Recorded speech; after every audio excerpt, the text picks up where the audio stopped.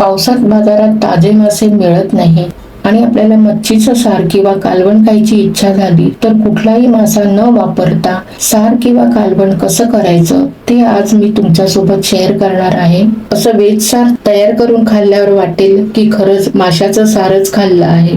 नमस्कार, मी श्रावणी home kitchen मध्ये तुमचं खूप खूप मनापासून स्वागत. आजची रेसिपी तुम्हाला आवडली तर चॅनलला नक्की सबस्क्राईब करा. चला तर मग रेसिपी पाहू.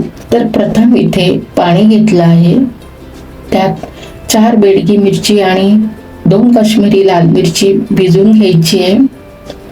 त्यात 1 चमचा धणे घेतले, पाव चमचा जिरं, पाव चमचा बडीशेप, 4 काळी मिरी आणि 5-6 मेथीचे दाणे घातलेले आहेत. हे सर्व 1 तास आधी भिजत ठेवायचं. जर लवकर हवं असेल तर कोमट पाण्यामध्ये मिरच्या भिजवून घ्यायच्या, म्हणजे अर्ध्या तासात त्या चांगल्या भिजून येतात. आता नारळ फोडून या नारळाच्या वाटीप्रमाणे 1 वाटी खोबरं किसून घ्यायचं आहे. अर्धा कापलेला कांदा घ्यायचा, 8-10 लसूण पाकळ्या, 2 लहान टोमॅटो कापून घ्यायचे. टोमॅटो एकदम पिकलेले घ्यायचे. आता इथे मी 5 मोठी भेंडी घेतलेली आहे. भेंडी जून असेल तरी सुद्धा चालेल किंवा फ्रेश घेतली तरी सुद्धा चालेल.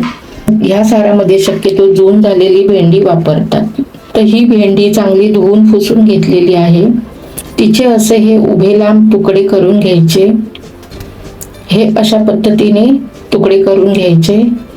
आता 1 लहान आकाराचा बटाटा सोलून त्याचे लहान पातळ स्लाइस सारखे तुकडे करायचे. या बटाट्याची साल नाही काढली तरी सुद्धा चालेल. हे कापलेले बटाटे पाण्यात चांगले भिजून धुवून ठेवायचे. इथे 1 हिरवी मिरची घेतली आहे आणि थोडी कोथिंबीर कापून घेतलेली आहे. आणि इथे फोडलेल्या नारळाचा 1 वाटी एवढं खोबरं किसून घेतलेलं आहे. खोबरं हे पांढरच घ्यायचंय, अशा खोबऱ्याने साराचा रंग काळपट होत नाही. इथे या साहित्याबरोबर कढीपत्ता आणि थोडी चिंच घेतली आहे. टोमॅटो असला तर चिंच घातली तरी सुद्धा साराला चांगली चव लागते. ही सर्व तयारी झाली आहे. आता साराच्या वाटण्यासाठी भिजवलेली मिरची, धणे मिक्सरला वाटून घ्यायची. थोडं पाणी घालायचं. टोमॅटो, खोबरं, चिंच, कापलेला अर्धा कच्चा कांदा, 4-5 लसूण आणि थोडं पाणी असं मिक्सरला बारीक वाटून घ्यायचं. मिरची भिजवल्यामुळे वाटणाला रंग सुरेख आला आहे. तर आता साराची फोडणी करून घेऊया. एका पातेल्यात 2 ते 3 चमचे तेल गरम करायचं. तेलात 4 ते 5 लसूण पाकळ्या घालायच्या. लसूण थोडी लाल करायची. नंतर कापलेला अर्धा कांदा घालायचा, तो चांगला परतून घ्यायचा. कढीपत्ता घालायचा. फोडणी छान परतून घ्यायची. आता वाटलेलं सर्व वाटण फोडणीमध्ये घालायचं. सर्व छान मिक्स करायचं आणि झाकण लावून 2 मिनिट शिजू द्यायचं. 2 मिनिटांनी उकळी आली की ढवळून अर्धा चमचा हळद घालायची. चवीप्रमाणे मीठ घालायचं. इथे 1 लहान चमचा मीठ घातलेला आहे. वर मिक्सरचं उरलेलं पाणी घालायचं. पाणी ऍडजस्ट करून घालायचं. किती पातळ जाड सार हवंय त्याप्रमाणे घालायचं आणि छान उकळी येईपर्यंत शिजवायचं. साराला उकळी आली की कापलेले बटाटे त्यात सोडायचे आणि भेंडी पण सोडून घ्यायची.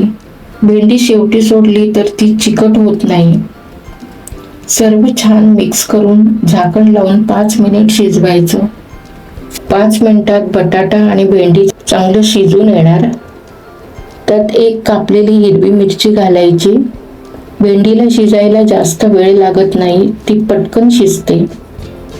ह्या साराला कोथिंबीर नंतर घालायची.